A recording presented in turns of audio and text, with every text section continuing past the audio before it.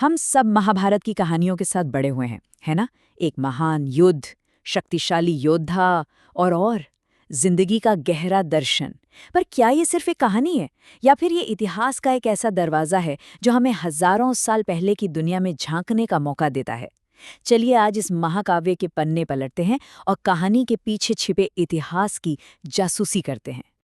देखिए, इस महाकाव्य के दिल में है कौरवों और पांडवों के बीच का महासंघर्ष। यह सत्ता और अधिकार के लिए एक बहुत ही विनाशकारी युद्ध था। लेकिन यह सिर्फ एक लड़ाई की कहानी नहीं है, बल्कि एक ऐसी कथा है जिसकी गूंज आज भी हमारी संस्कृति और हमारे समाज में सुनाई देती है। लेकिन इतिहासकारों के लिए असल सवाल ये नहीं है कि युद्ध हुआ था या नहीं। असली सवाल है, ये ग्रंथ हमें उस समय के समाज, उनके रीति रिवाजों और उनकी सोच के बारे में क्या बताता है। क्या इसमें लिखी हर बात सच है? बस यहीं से हमारी ऐतिहासिक पड़ताल शुरू होती है।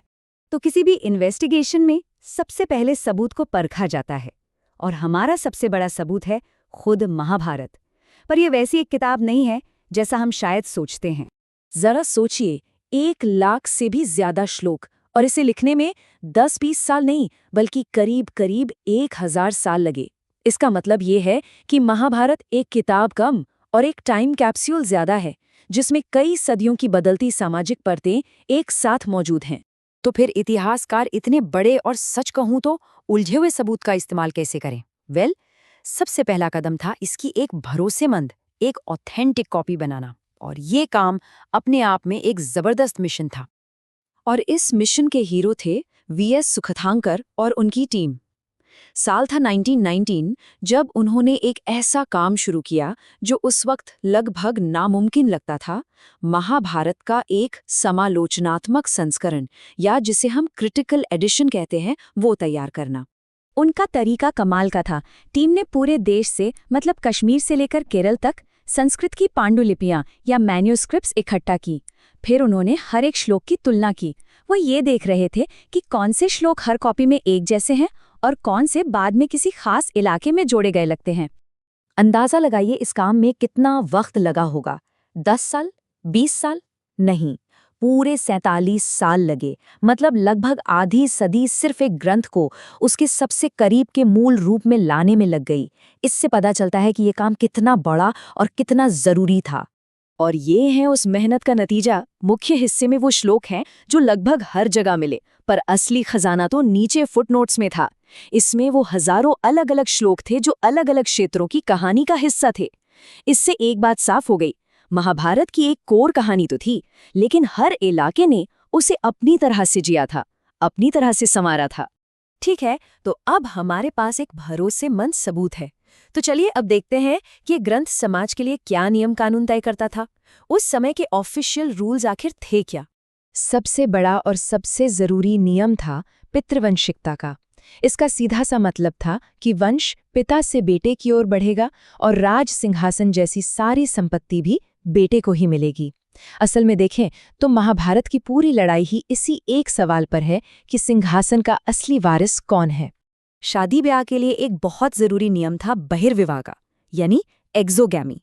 मतलब ये कि कोई भी अपने ही गोत्रों या कुल में शादी नहीं कर सकता था। शादी हमेशा गोत्र के बाहर ही करनी होती थी। और ये गोत्र क्या था?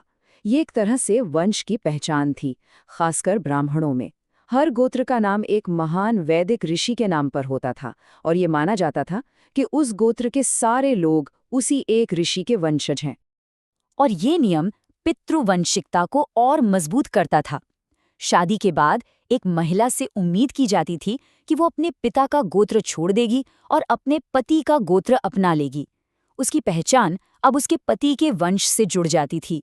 लेकिन हर अच्छी जासूसी कहानी में एक मजेदार मोड़ आता है ना? हमें कुछ ऐसे सबूत मिले जो दिखाते हैं कि ये नियम भले ही आदर्श थे, पर असल जिंदगी में इनकी हमेशा नहीं चलती थी। और हमारी कहानी का ये ट्विस्ट हमें ले जाता है पश्चिमी भारत और दक्कन के पठार पर। यहाँ सातवाहन वंश का राज था, और जब हम उनकी जिंदगी को देखते हैं तो नियमों की ये पूरी किताब ही एक तरफ रखी रह जाती है। पहला सुराग तो हमें उनके नामों में ही मिल जाता है।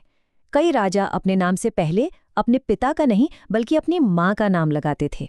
जैसे गौतमी पुत्र का मतलब है गौतमी का बेटा। जहां पूरी व्यवस्था पिता के नाम पर चल रही हो, वहां ये एक बहुत ही बड़ा संकेत था कि यहाँ कुछ अलग हो रहा है। तो ये देखिए, एक सीधी टक्कर। एक तरफ हैं धर्मशास्त्रों के नियम, पिता का वंश, गोत्र से बाहर शादी, और दूसरी तरफ है सातवाहन, जो बिल्कुल इसका उल्टा कर रहे थे। वो माँ के नाम से जाने जा रहे थे और अपने ही गोत्र के अंदर शादियां भी कर रहे थे। ये तो नियमों को सिर्फ तोड़ना नहीं हुआ, ये तो उन्हें खुली चुनौती देना था। और सबूत भी हैं।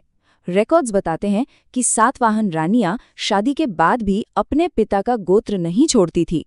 और सबसे चौंकाने वाली बात, कुछ रानियां और राजा एक ही गोत्र के थे। ये तो बहिर्विवाह के नियम का सीधा सीधा उल्लंघन था। तो हमारी इस पूरी पड़ताल का आखिरी फैसला क्या है? हम ग्रंथ में लिखे आदर्शों और असल जिंदगी से मिले इन सबूतों के बीच कैसे तालमेल बिठाएं? तो इस केस का फैसला ये है, महाभारत जैसे ग्रंथ हमें एक आदर्श समाज की तस्वीर दिखाते हैं, मतलब समाज को कैसा होना चाहिए। लेकिन वो ये जरूरी नहीं बताते कि समाज असल में कैसा था। लोग इन नियमों को मानते तो थे, पर उन पर सवाल भी उठाते थे, और जैसा हमने देखा, कभी कभी उन्हें पूरी तरह नजरअंदाज भी कर देते थे। हमें ये भी याद रखना होगा कि ये ग्रंथ आखिर लिखे किसने थे। ज्यादातर इन्हें ब्राह्मण विद्वानों ने लिखा था, तो ये समाज का एक ऐसा नक्शा है जो उनके नज़रिए से बनाया गया है। ये पूरे समाज की एक सच्ची और पूरी तस्वीर नहीं है। सातवाहनों का उदाहरण ये साबित करता है कि असल सामाजिक जिंदगी कई ज्यादा कॉम्प्लेक्स और डाइवर्स थी। हर इलाका और हर समुदाय इन नियमों को अपने अपने हिसाब से अपनाता था या फिर बदल देता था।